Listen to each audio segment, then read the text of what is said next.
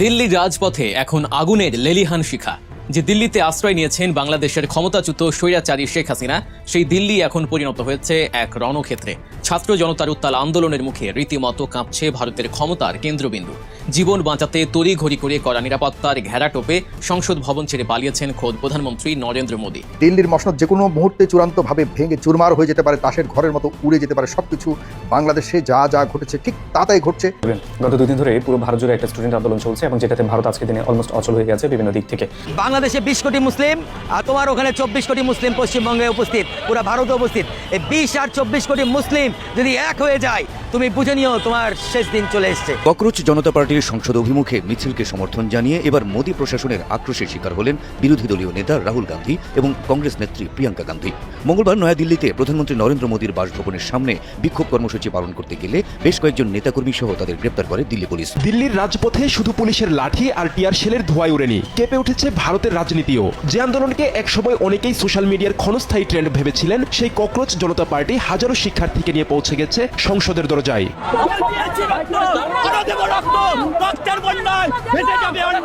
आएगा ओवैसी, जब तक जिंदा रहे इन तमाम को ओवैसी बनाकर मरेगा इंशाअल्लाह ताला। हिंदू मुस्लिम की राजनीति, हिंदू मुस्लिम की राजनीति। मुसलमान आवाज उठाते तो उनको तो तुरंत तो अंदर कर देते हैं, उनको बोल देते पाकिस्तानी एजेंट बोल के। हाँ, तब उनको पाकिस्तान के साथ जोड़ देते हैं। हम हिंदू अगर आवाज उठाते हैं, हम कांग्रेसी बता देगा, आम आदमी पार्टी का एजेंट बता देगा। हाँ, और उसके बाद जो है आदिवासी प्रोटेस्ट करे, पानी में डूब के सीधा आंदोलन करे, उनको तुम लोग कहते हो जो है नक्सली है। हाँ, और हम लोग नॉर्थ ईस्ट वाले से प्रोटेस्ट करने आते हैं तो कहते हैं कि चाइनीज माल है।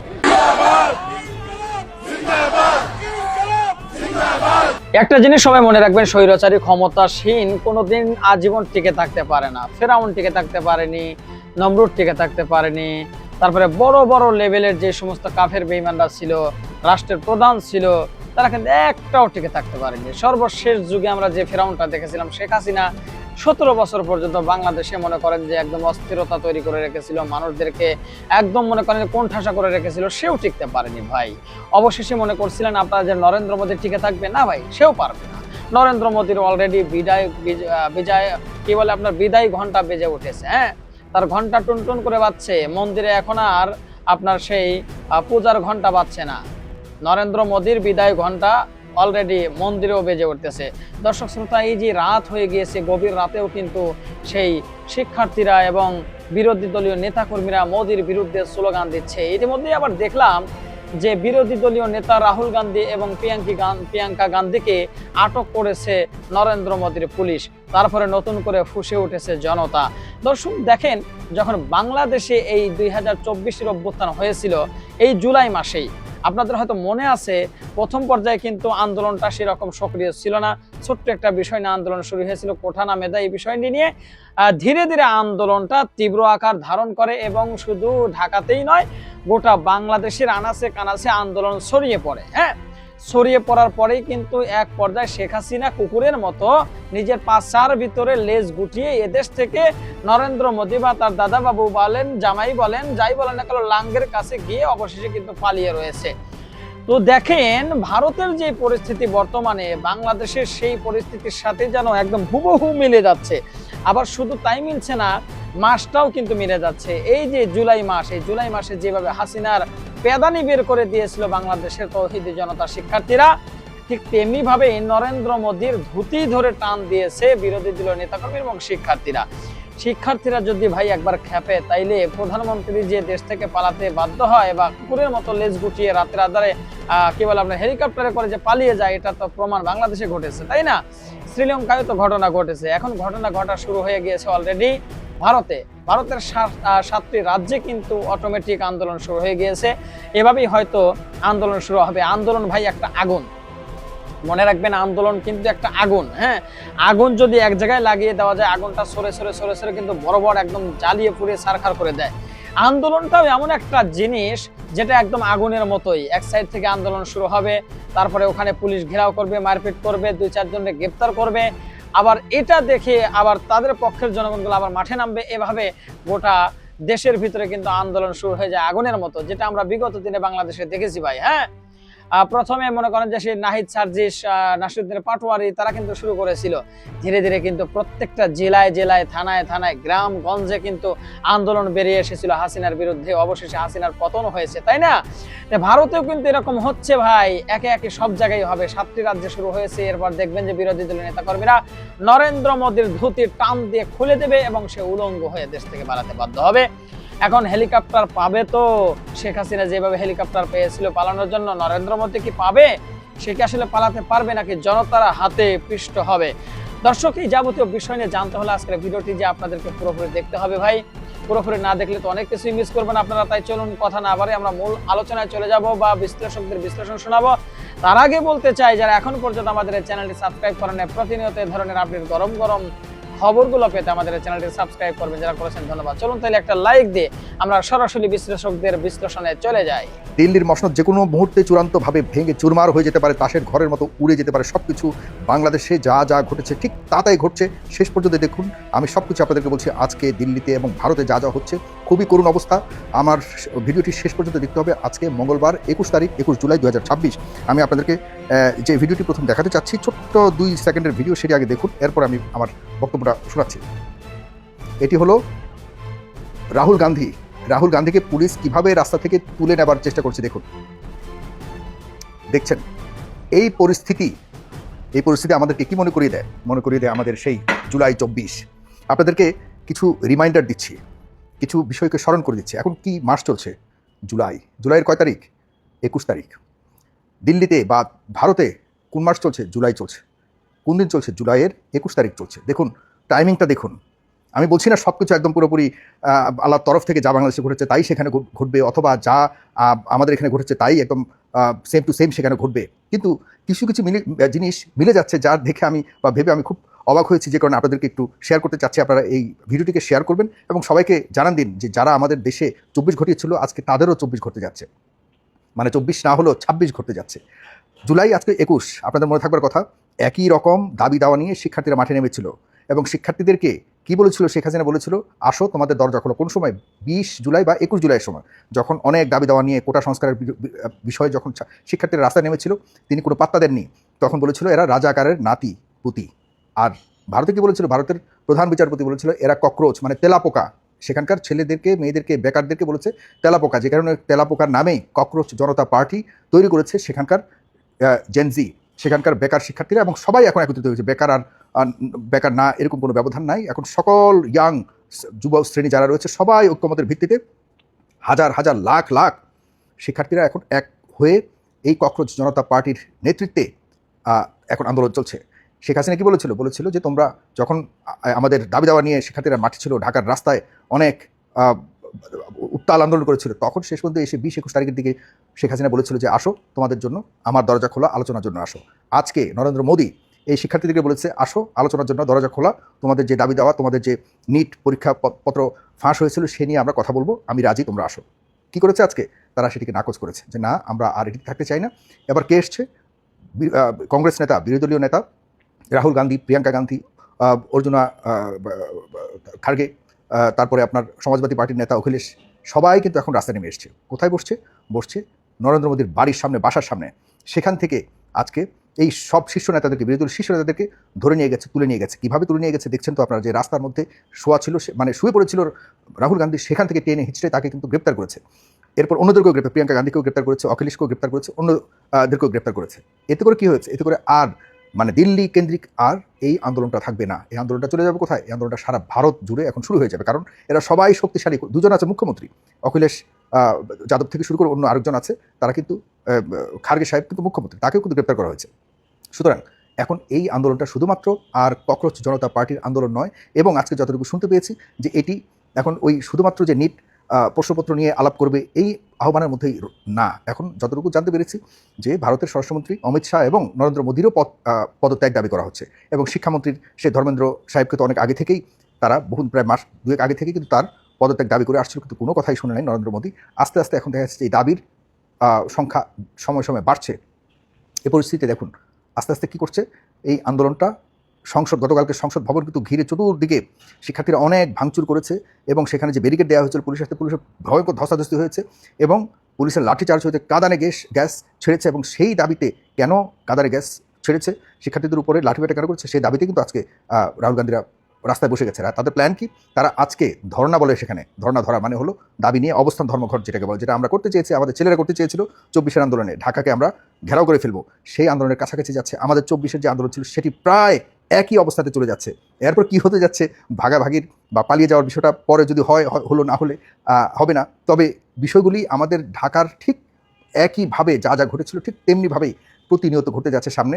এরপর যেই একজন শিক্ষার্থী, মেয়ে শিক্ষার্থীকে গতকালকে যে পিটিয়েছে, সে কিন্তু এখন প্রায় মৃত্যু সজ্জায় রয়েছে। তার হয়তো মৃত্যু হয়েও যেতে পারে, আল্লাহ মাফ করুক। তবে যতটুকু দেখেছি যে তার অবস্থা খুবই অবনতির দিকে যাচ্ছে। যদি কেউ এখানে মৃত্যুবরণ করে তাহলে আন্দোলনের অবস্থা কোথায় যাবে আপনারা একবার চিন্তা করে দেখুন। অনেকে বলছে যে না, এই ভারত এত বড় দেশ, সামান্য এই আন্দোলনে কিছু হবে না। এই আন্দোলন এখন চতুর্দিকে ছড়িয়ে পড়বে, কারণ কংগ্রেস এখানে ঢুকে গেছে। এখন কংগ্রেস ঢুকে যাওয়াতে কংগ্রেসও দেখা যাচ্ছে যে ভারতের সবচেয়ে বড় পার্টি কংগ্রেস, তারা বহুবার ক্ষমতায় ছিল, তারা জানে কীভাবে আন্দোলন করতে হয়। এরপর যে যুব শ্রেণী রয়েছে তারা কিন্তু এখন আর এই বিজেপি যারা করে তারাও রাস্তায় নেমে গেছে, তাদেরও অনেক সন্তানরা রাস্তায় নেমে গেছে। তারা বলেছে যে আমরা বিগত আমলে যখনই কোনো ধরনের আন্দোলন করতে গিয়েছি, আমাদেরকে হয়তো তোমরা বাংলাদেশি ট্যাগ দিয়েছো, আমাদেরকে হয়তো চায়নার এজেন্ট বলে ট্যাগ দিয়েছো, আমাদেরকে মুসলিমদের এজেন্ট বলে ট্যাগ দিয়েছো, আমাদেরকে পাকিস্তানের এজেন্ট বলে ট্যাগ দিয়েছো। এখন আমরা আর এসব মানতে চাই না, আমরা এগুলি তোয়াক্কা করি না, আমরা মাঠে নেমেছি, আমাদের দাবি দাওয়া আমরা আদায় করেই ছাড়বো। ঠিক যেমনটি আমাদের দেশেও যখন বলেছিল শেখ হাসিনা যে তোমরা রাজাকার, তোমরা বিএনপির দালাল, তোমরা জামাতের দালাল, এগুলি বলেছিল, কিন্তু এরপর এই সব দালাল ট্যাগিংয়ের সব কিছু উঠে গিয়ে আমাদের দেশে কিন্তু সন্তানেরা রাস্তা নেমেছে এবং শেষ পর্যন্ত শেখ হাসিনার পতন ঘটিয়েই ছাড়িয়েছে। খুব মিল পাচ্ছি সেই জুলাই, এখনও জুলাই, সেই জুলাইয়ের 21 তারিখ থেকে যখন আন্দোলন অনেক বেশি চাঙ্গা হয়েছিল, ওইখানেও আন্দোলন দিনকে দিন চাঙ্গা হচ্ছে।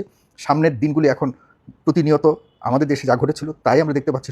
বাংলাদেশ কিন্তু একটা মাইল ফলক ভারতের জন্য একটি বড় একটি উদাহরণ তৈরি করেছে আমাদের বাংলাদেশ, এবং বাংলাদেশকেই মোটামুটি কপি করছে ভারত। আমরা চাই ভারতের প্রধানমন্ত্রী, ভারতের সরকার, ভারতের ইন্টেলিজেন্স বা তারা যেভাবে বিভিন্ন দেশ, আশপাশের দেশকে যেভাবে মানে শোষণ করে এসব দেশের গণতন্ত্রকে নস্যাৎ ধ্বংস করে দিয়েছে, একই পেইন ভারত সরকার পাক। আপনারা খুব বেশি মানে হতাশ হবার কিছু নেই যে এরপর কংগ্রেস আসছে, কংগ্রেস তো একই কাজ করবে। নো, এবারের যে জেনজিদের উত্থান হতে যাচ্ছে, এই উত্থানের সাথে ভারতের মূল রাজনৈতিক স্তম্ভগুলো কিন্তু পরিবর্তিত হবে, আমি যতটুকু বুঝতে পারছি, এবং সেটি হওয়া দরকার। গত 2 দিন ধরে পুরো ভারত জুড়ে একটা স্টুডেন্ট আন্দোলন চলছে, এবং যেটাতে ভারত আজকে দিনে অলমোস্ট অচল হয়ে গেছে বিভিন্ন দিক থেকে। এবং ভারতের দিল্লি শহর থেকে শুরু করে অলমোস্ট টপ 25 to 30 সিটিজে এটা অ্যাডাপ্ট হয়ে গেছে, এবং সারা দেশে, মূলত ভারতের সারা দেশে সে আন্দোলন ছড়িয়ে পড়েছে। মুম্বাই, কলকাতা, পুনে, দিল্লি কিংবা এই ধরনের যতগুলো সিটি আপনি দেখতে পাচ্ছেন, অলমোস্ট সবগুলো সিটিতে এই আন্দোলন ছড়িয়ে পড়েছে। আন্দোলনে শুধুমাত্র ছাত্ররাই যোগ দেয়নি, এর সাথে যোগ দিয়েছে কৃষক, অন্যান্য রাজনৈতিক দল এবং শ্রেণী পেশার মানুষ, সবাই এতে যোগ দিয়েছে। এবং মোদী সরকারের লিটারালি নাভিশ্বাস তুলে চলেছে গত 24 থেকে 48 ঘন্টায়, এবং আন্দোলনের তীব্রতা ধীরে ধীরে বাড়তে শুরু করেছে। অবস্থা এমন হয়েছে যে তৃণমূল পর্যায়ে আন্দোলন ছড়িয়ে পড়ার সম্ভাবনা রয়েছে, এবং ফার্স্ট টায়ার সিটি থেকে সেকেন্ড টায়ার অনেক সিটিতে সেই আন্দোলন অলরেডি ছড়িয়ে পড়েছে। সো ক্লিয়ারলি এটা মূলত একটা ভয়ঙ্কর রূপ নিচ্ছে, এবং এতে মোদী সরকার কতটা বিপদে পড়তে যাচ্ছে সেটা আমাদেরকে সময় বলে দিবে।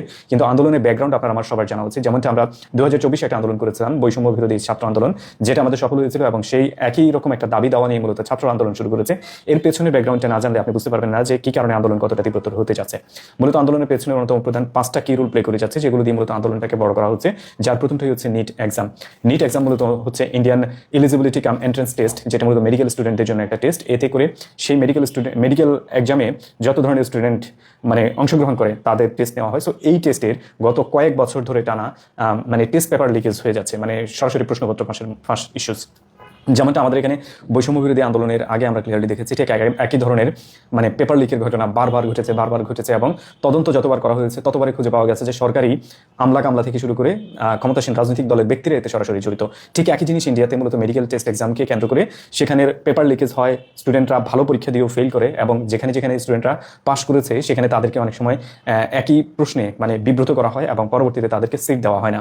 এমনও ঘটনা ঘটেছে যে কোনো একটা জায়গায় লিগেল টেস্ট নিয়েছে, সেখানে সব ধরনের মুসলিম ছাত্ররা পাস করেছে, হিন্দু ছাত্ররা জায়গা পায়নি। সো আলটিমেটলি হচ্ছে সব পরীক্ষাই বাতিল করে দেওয়া হয়েছে। অথবা কোথাও এমন করা হয়েছে যে নিম্ন বর্ণের শ্রেণীর, যেমন হচ্ছে ইন্ডিয়াতে অনেক নিম্নগোষ্ঠী রয়েছে, তাদেরকে সেখান থেকে বাতিল করে দেওয়া হয়েছে, তাদেরকে পরীক্ষায় ঢুকতে দেওয়া হয়নি। সো টোটালি এটা মূলত রিলিজিয়াস বৈষম্য এবং বর্ণবাদী বৈষম্য দুটো একসাথে জড়িত আছে, এবং সাথে হচ্ছে এত বিশাল দুর্নীতি, যেখানে পেপারপত্র মানে বেশি দামে বিক্রি করা হয় বাইরে, একই সাথে হচ্ছে প্রশ্নপত্র ফাঁস করে পছন্দের স্টুডেন্টকে জায়গা দিয়ে দেওয়া হয়। এই ধরনের শত মানে অভিযোগ এবং পরীক্ষা গরমিলের কারণে আলটিমেটলি স্টুডেন্টরা ভুক্তভোগী হয়, এবং তারা এখানে এক্সামে ভালো কোনো রেজাল্ট পান না। তার উপর হচ্ছে ইন্ডিয়ান মেডিকেল এক্সাম এবং মেডিকেল গ্রাজুয়েশন দুটোই অনেক কস্টলি।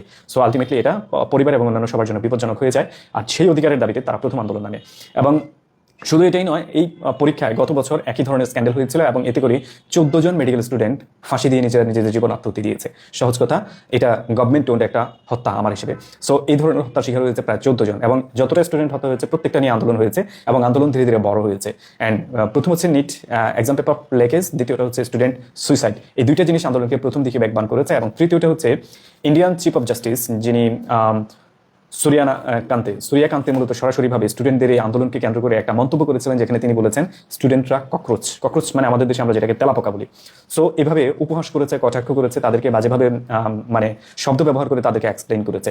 অ্যান্ড দেন স্টুডেন্টরা সরাসরি উত্তর দিয়েছে, yes we are cockroach, you can not kill all of us. So that means হচ্ছে আপনি ওদেরকে ককরোচ বলেন আর যাই বলেন, আপনি মূলত তাদের সবাইকে তো আর মারতে পারবেন না এবং তাদের অধিকার আপনাকে দিতেই হবে। সো মানে রাষ্ট্রের এত বড় উচ্চ পর্যায় থেকে যখন কেউ স্টুডেন্টদেরকে এইভাবে কটাক্ষ করে, বাজে ভাষায় কথা বলে, তখন স্টুডেন্টরা এটা রিয়েকশন করে এবং সেই রিয়েকশনটাই মূলত হচ্ছে ককরোচ জনতা পার্টি নামে তারা একটা মানে ফান করে একটা পেজ তৈরি করেছিল, কিন্তু পরবর্তীতে এটা মূলত রিয়েল লাইফে টার্ন করে এবং এটাই মূলত আজকের আন্দোলনের সবচেয়ে বড় গতিপথ বদলে দেয়। এবং তারা একটা ইনস্টাগ্রাম হ্যান্ডেল তৈরি করেছিল মাস দেড়েক আগের কথা।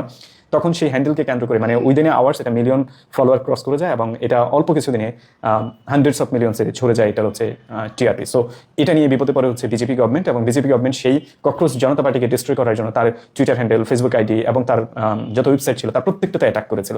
এবং গভর্নমেন্ট যতটা অ্যাটাক করেছে ততটাই ছাত্রদের কাছে এবং মানে সাধারণ মানুষের কাছে এটা গ্রহণযোগ্যতা বাড়তে শুরু করে, কজ তারা হচ্ছে লিগ্যাল একটা ইস্যুকে অ্যাড্রেস করে আন্দোলনের ডাক দিয়েছিল। এবং সেই ককরোচ জনতা পার্টির যে অভিজিৎ, তিনি মূলত আমেরিকায় স্টুডেন্ট হিসেবে ছিলেন এবং আমেরিকা থেকে তিনি ইন্ডিয়াতে মুভ করেন এবং আন্দোলনের ডাক দেন। এবং সেখান থেকেই মূলত ইন্ডিয়ার অন্যতম বৃহত্তম জায়গায় আমাদের যেমন যে কোনো আন্দোলনের একটা বড় পরিসর তৈরি হয় শাহবাগ থেকে, তাদের এমন একটা সেন্টার রয়েছে যেটাকে বলে যন্তর মন্তর ইন্ডিয়ার দিল্লিতে। সেই যন্তর মন্তরে তিনি আন্দোলনের ডাক দেন এবং সেই আন্দোলনে গতকালকে শুরু হয়। আন্দোলনে মূলত সব শ্রেণী পেশার মানুষ মানে নিরবিচ্ছিন্নভাবে সব শ্রেণী পেশার মানুষ এখানে জয়েন করে, এতটাই রাফট করে যে চিন্তার বাইরে চলে যায়। গভর্নমেন্টের প্রায় 4 থেকে 5 লাখের বেশি মানুষ ছোট্ট একটা এরিয়াতে জয়েন করে ফেলে। সো আন্দোলন মানে যেমনটা বলছিলাম ইলেকট্রিফাইং হয়, এটা সিরিয়াসলি খুব দ্রুত আকারে ছড়িয়ে পড়ে অ্যান্ড গভর্নমেন্ট বিপদে পড়ে যায়। তারা লং মার্চের ডাক দেয় হচ্ছে পার্লামেন্টের দিকে এবং সেটা নিয়ে government force versus student force এখানে জড়ো হয়ে যায় এবং তাদের মধ্যে লাঠির আঘাতের বিনিময় হয়ে যায়, মানে স্টুডেন্টের উপর টর্চার করা হয়। এবং যেই সেই টর্চার নয়, লাদাখের সেই গালওয়ান ভ্যালিতে যে টর্চার হয়েছিল আপনাদের মনে আছে কিনা, লাঠির মধ্যে পিন টাইপের মানে হুক বেঁধে, সহজ কথা মানে প্যারাক বেঁধে মূলত চাইনিজ সোলজাররা ইন্ডিয়ান সোলজারদের পিটিয়েছিল। সেই ধরনের লাঠি ইন্ডিয়ান পুলিশ ব্যবহার করেছে ছাত্রদের উপর এবং এতে প্রচন্ড পরিমাণে ছাত্রদের আহতের খবর পাওয়া গেছে, অন্তত 1000-এর বেশি। বাট ইন্ডিয়ান মিডিয়া নিউজ করেছে অনলি 60। আপনি আন্দাজ করতে পারেন যে আসলে কি ইন্ডিয়ান মিডিয়া বলতে কোনো কিছু মধ্যে দুনিয়াতে নেই। সো এতে করে আন্দোলন গতকালকে এতটাই ডিভাস্টেটিং হয়েছে যে পুরো ভারতে সেটা ছড়িয়ে পড়ে। জাস্ট ওই দিন পর্যন্ত দিল্লিতে ছিল এবং দিল্লির পরে গতকালকে এটা পুরো ভারতে ছড়িয়ে পড়ে এবং সাধারণ মানুষ তাদের বাচ্চাদের এভাবে মারতে দেখে লিটারালি হার্ট ব্রেকিং হয়েছে। তারা সবাই রাস্তা নেমে এসেছে এবং একই সাথে আন্দোলন আজকে আরো বড় হয়েছে এবং আজকে আন্দোলনটা মূলত শুধু দিল্লিতে নয়, এটা অলমোস্ট অল দ্য বিগ সিটিজে ছড়িয়ে গেছে। এবং গতকালকে সন্ধ্যা থেকে কলকাতায় ঠিক একই ধরনের আন্দোলন হয়েছে এবং তাদের শহীদ দিবস উপলক্ষে মমতা ব্যানার্জির একটা র্যালি এমনিতেই ছিল, সেটা লিটারালি ফ্লাডেড হয়ে গেছে পুরো কলকাতায়। সো এইভাবে সারা ভারতে মানে সব জায়গায় আন্দোলন ছড়িয়ে পড়েছে। আন্দোলন এখন মোদি গভর্নমেন্টের নিয়ন্ত্রণের বাইরে চলে গেছে। সোফার আমি এখন পর্যন্ত জানতে পেরেছি যে আজকের দিনেও ছোটখাটো অনেকগুলো মানে ছাত্রদের উপর অ্যাটাকের ঘটনা ঘটেছে, কিন্তু হাসিনার মতো তারা খুব ভয়ঙ্করভাবে ছাত্রদের উপর গুলি বিনিময় করেনি এখন পর্যন্ত। সো আই ডোন্ট নো, এটাকে আপনি ধারণা করতে পারেন যে 14-15 তারিখে যেমন হচ্ছে ছাত্রদের উপর মানে টর্চার করা হয়েছিল, হল থেকে মানে হলে ধরে ধরে অ্যাটাক করা হয়েছিল, অলমোস্ট সেম কাহিনী ইন্ডিয়াতে ঘটেছে। কিন্তু আমাদের আন্দোলনের গতিপথ আবু সাইদের মানে মৃত্যুর পর থেকে এটা বদলে যায়। ঠিক একইভাবে ইন্ডিয়াতে এখন পর্যন্ত সেই জিনিসটা হয়নি, কিন্তু যেভাবে আন্দোলন এগিয়ে যাচ্ছে এবং যেভাবে এটা সারা দেশে রাফট করেছে, সেটা হয়তো বা এমন বড় কিছু হতে পারে, নাও হতে পারে।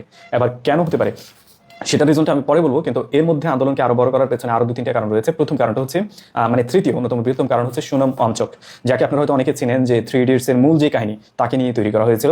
সে ব্যক্তি মূলত ইন্ডিয়ার একজন মানে ইন্ডিয়ার ভাষায় যদি বলি তাদের একজন স্বচ্ছ দেশপ্রেমিক টাইপের মানুষ। তিনি দীর্ঘদিন ধরে একটা এইসব করাপশন বৈষম্যের বিরুদ্ধে আন্দোলন করে যাচ্ছেন এবং তিনি স্ট্রাইক করেছিলেন। তার স্ট্রাইকে থেকে তাকে তুলে নিয়ে গিয়েছিল পুলিশ। সো সেটাও এখন পর্যন্ত আন্দোলনের আরেকটা বড় ফিডিং দিচ্ছে এবং এখন পর্যন্ত তিনি পুলিশের হাতে এবং হাসপাতালে 2 জায়গার মধ্যে আছেন। ছাত্রদের কাছে এখনো তিনি আসতে পারেননি এবং এটা নিয়ে সবচেয়ে বেশি আন্দোলনের মানে বেগবান করেছে। এবং লাস্টলি যেটা আন্দোলনকে আরও সবচেয়ে বেশি বেগবান করেছে সেটা হচ্ছে পুলিশ এবং গভর্নমেন্টের নন ডেমোক্রেটিক্যাল প্র্যাকটিস। গভর্নমেন্টের নন ডেমোক্রেটিক্যাল প্র্যাকটিস হচ্ছে শান্তিপূর্ণ এই ধরনের আন্দোলনকে গভর্নমেন্ট সিকিউরিটি দেবে, তারা আন্দোলন করবে এবং আন্দোলনের রেজাল্ট সাধারণ মানুষের কাছে যাবে, তারা দেখবে। কিন্তু গভর্নমেন্ট তাদের উপর লাঠিচার্জ করেছে অ্যান্ড পুলিশ সেখানে হচ্ছে মূল ভূমিকা পালন করেছে। সো পুলিশ এই লাঠিচার্জের কারণে সেটা পাবলিকের ভিতরে আরও বেশি সিম্পিতি জন্ম দিয়েছে ছাত্রছাত্রীদের, এবং সেখানে সারা দেশ থেকে সারা ভারত থেকে সব মানুষ এতে যোগ দিতে শুরু করেছে। এবং যতটুকু ধারণা করা যাচ্ছে ছাত্রদের অভিযোগ এবং ভিডিও ফুটেজ ক্লিয়ারলি বলছে যে হাসিনা যে লেপুটে বাহিনী সেটার মতো করে এক ধরনের পুলিশ তাদের এখানে পাওয়া গেছে, যাদের মানে পোশাক পরা অবস্থায় তাদের কোনো ব্যাজ নেই, কোনো নাম নেই, কোনো র্যাঙ্ক নেই, কিছুই নেই, শুধুমাত্র একটা খাকি ড্রেস পরে নেমে গেছে। আর দ্বিতীয়টা আরেক ধরনের পুলিশ পাওয়া গেছে যারা সিভিলিয়ান ভেসে শুধুমাত্র হেলমেট পরেছে, লাইক হাসিনার একটা পেটুকে হেলমেট বাহিনী আমরা জানি, সেরকম একটা হেলমেট বাহিনী এখানে ছিল। সো ইন্ডিয়ার স্টুডেন্টদের ভেতরে এটা কনফিউশন জন্ম দিয়েছে যে এরা অ্যাকচুয়ালি গভর্নমেন্টের ফোর্স নাকি এদের ভাড়াটিয়া ফোর্স। আবার অনেকে এই রিপোর্টও করে গেছেন, অনেকে এই ধারণা করে গেছেন যারা ইন্ডিয়াতে আছেন যে হাসিনার পেটুকে বাহিনী কি তারা আবার সেখানে অ্যাডপ্ট করেছে কিনা, এই ধরনের কথাও বলা হয়েছে। সো বাস্তবতা হচ্ছে মূলত পুলিশ এবং গভর্নমেন্টের নন ডেমোক্রেটিক্যাল ফোর্সের কারণে মূলত আন্দোলন আরও বেশি বেগবান হয়েছে এবং এখনো চলমান রয়েছে। এবার আসলে আন্দোলনে আসলে যোগ দিয়েছে কারা? এখন পর্যন্ত আন্দোলনে ভারতীয় কংগ্রেস পার্টি রাহুল গান্ধী এবং তার বোন মূলত সরাসরি আন্দোলনের সাথে একমত প্রকাশ করেছেন যে এটা লিগ্যাল একটা আন্দোলন এবং সঠিক ডিমান্ড যেটা হওয়া উচিত অনেক আগেই, এবং এখন হচ্ছে তারা ছাত্রদেরকে সমর্থন দিয়েছেন এবং আজকে তারা মূলত সেই আন্দোলনে যোগ দিয়েছেন পর্যন্ত। এবং আম আদমি পার্টি এবং অল ইন্ডিয়া কংগ্রেস এই ধরনের এবং তৃণমূল কংগ্রেস এরাও যোগ দিয়েছেন এবং সমাজবাদী পার্টি ভারতের যোগ দিয়েছেন। সো অলমোস্ট হাফ ডজনের মতো মানে ফার্স্ট গ্রেড পলিটিক্যাল টিম এখানে অলরেডি যোগ দিয়ে দিয়েছে। দ্যাট মিনস হচ্ছে আন্দোলনটা শুধুমাত্র ছাত্র নয়, এটা almost all the political parties actually inherit করে এবং তারা এটাকে সমর্থন দিয়েছে against Modi regime. At the same time not just শুধুমাত্র ছাত্র এবং পলিটিক্যাল পার্টি এখানে যোগ দিয়েছে, ফার্মার্স মুভমেন্ট। ভারতে একটা ফার্মার্স সংগঠন রয়েছে, আমি নামটা অ্যাকচুয়ালি ভুলে গেছি এবং নোট করিনি। সো এই সংগঠনের বেশিরভাগ ফার্মার মূলত এতে যোগ দিয়েছেন অ্যান্ড এই সংগঠনের সবচেয়ে বড় অ্যাক্টিভিটিস মূলত হচ্ছে পাঞ্জাবে। এখন পর্যন্ত যতটুকু জানি সেই পাঞ্জাব থেকে প্রায় 1 লাখের বেশি ফার্মার্স মূলত দিল্লির দিকে মুভ করে যাচ্ছেন। তারা ছাত্রদেরকে সলিডারিটি দেওয়ার জন্য তারা দিল্লি মুভে অংশগ্রহণ করেছেন। আপনার মনে থাকার কথা 2019-20-21 দিকে বিভিন্ন সময়ে ফার্মার্সদের বিভিন্ন মুভমেন্ট হয়েছে এবং সেটা ছোটো মোটো কোনো মুভমেন্ট হয়নি, অনেক বড় হয়েছিল, কিন্তু সেটা সেপারেটলি শুধুমাত্র পার্মানেন্ট ফার্মারদের মুভমেন্ট ছিল। অ্যান্ড এবার হয়েছে মূলত ছাত্র, political party, professional like doctor, engineer সবাই সেখানে যোগ দিয়েছে, ফার্মার্স সবাই যোগ দিয়েছে, with all the religious parties সেখানে আসলে কন্ট্রিবিউট করে যাচ্ছে। আপনি হিন্দু ধর্মাবলম্বী যারা হচ্ছে ট্রু হিন্দুইজম ফলো করে তারা সেখানে জয়েন করেছে এবং মুসলিম সেখানে জয়েন করেছে এবং এমন বেশ কিছু ভিডিও ফুটেজ আমি দেখেছি, আমি আমার টুইটারেও শেয়ার করেছি, আপনারা দেখতে পারেন।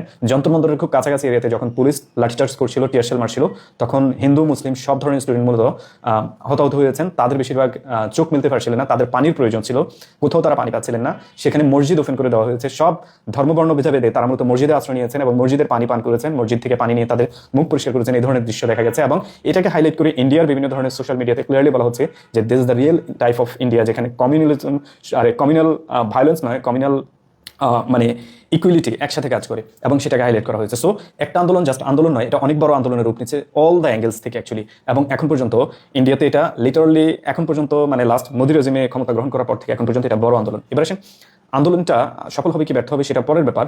একটা আমি স্পেসিফিক পোর্শন আপনাদেরকে বলি, সাউথ এশিয়ান রাজনীতি যারা এই মুহূর্ত পর্যন্ত ঘাটেন, এখন পর্যন্ত যারা সাউথ এশিয়ান পলিটিক্সকে লিটারালি মানে নিজেদের মতো করে অ্যানালাইসিস করার চেষ্টা করেন, আপনি যদি দেখেন লাস্ট 20 বছরে দক্ষিণ এশিয়াতে কোনো পলিটিক্যাল মুভমেন্ট সফল হয়নি এক্সেপ্ট স্টুডেন্ট মুভমেন্ট। বাংলাদেশের স্টুডেন্ট মুভমেন্ট সফল হয়ে গেছে, নেপালি স্টুডেন্ট মুভমেন্ট সফল হয়ে গেছে, শ্রীলঙ্কায় স্টুডেন্টের মুভমেন্ট সফল হয়ে গেছে। শুধুমাত্র 2টা কান্ট্রি, যেটা হচ্ছে ইন্ডিয়া এবং পাকিস্তান, যেখানে স্টুডেন্ট মুভমেন্ট সফল হয়নি। দুইটার স্পেসিফিক 2টা ভিন্ন রিজন রয়েছে, সেটা আমি এক্সপ্লেন করে দিচ্ছি। পাকিস্তানে টোটালি একটা মিলিটারি ডিক্টেটরশিপ কান্ট্রি, তাদের এখানে কোনো ধরনের আন্দোলন করতে গেলে মারে তো মারে, সেটার হচ্ছে কোনো সংখ্যা আপনি খুঁজে পাবেন না, কে মরেছে সেটা কোনো দিন কোনো রেজাল্ট আপনি খুঁজে পাবেন না, লিটারালি ডাকাত। এবং পাকিস্তানের এই ডাকাতি বাহিনীর কারণে সেখানে কোনো ধরনের আন্দোলন কোনোদিন সফল হয় এবং আপনারা ক্লিয়ারলি দেখতে পারেন ইমরান খানের সাথে মিলিটারি জেনারেল অ্যাকচুয়ালি কি করে যাচ্ছে। সো নাম্বার 1 রিজন পাকিস্তান এটা কেন সফল হয় না। অ্যাজ ইন্ডিয়া মূলত একটা বাস্ট কান্ট্রি, এটা one of the biggest country in the world, যাদের হান্ড্রেডস অফ সিটিজ রয়েছে এবং প্রত্যেকটা সিটি যদি কলাপস ঠিক সেভাবে করা না যায় তাহলে সেখানে কোনো ধরনের আন্দোলন সফল করা সম্ভব নয়। এবং যার একটা রিজন মূলত ইন্ডিয়াতে কোনো ধরনের বড় আন্দোলন সফল হয়নি, একদিকে আন্দোলন সফল হতে যায় তো অপরদিকে এটা নীরব হয়ে যায়। সো আমাদের যেমনটা হয়েছে যে ঢাকাতে কন্ট্রোল করার পর সারা দেশ একসাথে এতে যোগ দিয়েছে এবং এক ভাষা, এক জাতি, এক গোষ্ঠী, এক ধর্মের মানুষ এখানে সবচেয়ে বেশি এবং সেটা সফল করা সহজ হয়েছে। ইন্ডিয়াতে সেম জিনিসটা হচ্ছে এক্স্যাক্টলি অপোজিট, যেখানে 28টা অন্তত মিনিমাম মানে বড় বড় গোষ্ঠী এখানে আছে, ভিন্ন ভিন্ন ভাষা রয়েছে, 28টা প্রদেশ রয়েছে, হান্ড্রেডস অফ সিটিজ রয়েছে যারা বিগেস্ট সিটি টাইপের, এবং এগুলোতে আন্দোলন সমানভাবে ছড়িয়ে না দিতে পারার ব্যর্থতার কারণে আন্দোলন কোনোদিন ইন্ডিয়াতে সফল হয় না। এবং এখন পর্যন্ত ইন্ডিয়ার পলিটিক্যাল এরিনার দিকে যদি তাকান, এটাই মূলত তার সবচেয়ে বড় আন্দোলন, যেটা গত 2 দিন ধরে ছাত্ররা চালিয়ে যাচ্ছে। সো পলিটিক্যাল পার্টিগুলো এখানে মূলত সুবিধা নেওয়ার চেষ্টা করবে এবং করে যাচ্ছে, বাট কতটা সফল হবে সেটা সময় বলে দেবে। যদি উইকস অ্যান্ড মান্থস পর্যন্ত তারা এটা কন্টিনিউ করতে না পারে। লাইক আমরা যেমন হচ্ছে পুরো জুলাই থেকে শুরু করে আগস্টের 5 তারিখ পর্যন্ত এটাকে কন্টিনিউ করতে পেরেছি, 36 জুলাই যেটাকে আমরা নাম দিয়েছিলাম। সো এই ধরনের লম্বা সময়, মানে 36 দিন পর্যন্ত লম্বা একটা সময় আমরা কন্টিনিউ করেছি, এর পেছনে আরো লম্বা হিস্ট্রি রয়েছে। ঠিক ইন্ডিয়াতে যদি এই ধরনের লম্বা সময় পর্যন্ত এটাকে ধরে রাখতে না পারে এই মুভমেন্ট, তাহলে তারা সফল হওয়ার চান্স অনেক কম, ব্যর্থ হবে বেশি। দর্শক, আশা করি পুরো ভিডিওটি দেখেছেন এবং বিশ্লেষকদের বিশ্লেষণগুলো শুনেছেন। তো শোনার পরে, জানার পরে কি বুঝলেন, অবশ্যই আপনাদের মূল্যবান মতামত এই ভিডিওর কমেন্ট বক্সে জানিয়ে দিন। আর হ্যাঁ, পারলে ভিডিওটি শেয়ার করে সবাই দেখার সুযোগ করে দিন।